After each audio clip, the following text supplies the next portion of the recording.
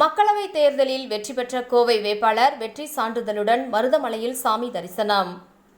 2024 மக்களவைத் தேர்தல் வாக்கு எண்ணிக்கை நேற்று இந்தியா முழுவதும் நடைபெற்று முடிந்தது. தமிழகத்தை பொறுத்தவரை INDIA கூட்டணி அனைத்து தொகுதிகளையும் கைப்பற்றியுள்ளது. கோவை மக்களவை தொகுதியில் திமுக சார்பில் கணபதி ராஜ்குமார், பாஜக சார்பில் அக்கட்சியின் மாநில தலைவர் அண்ணாமலை, அதிமுக சார்பில் சிங்கை ராமச்சந்திரன் உள்ளிட்டோர் போட்டியிட்டனர். கோவை மக்களவை தொகுதி முக்கியமான தொகுதியாகவும் மக்களிடையே பார்க்கப்பட்டது. இந்த நிலையில் திமுக வேட்பாளர் கணபதி ராஜ்குமார் வாக்கு எண்ணிக்கை துவங்கிய முதலே தொடர்ந்து முன்னிலை வகித்து 5,68,200 வாக்குகள் பெற்று வெற்றி பெற்றார். இதனை திமுகவினர் பலரும் பல்வேறு இடங்களில் கொண்டாடினர். இந்நிலையில் கணபதி ராஜ்குமார், அமைச்சர் DRB ராஜா உள்ளிட்டோர் மருதமலைக்கு சென்று முருகனை வழிபட்டனர்.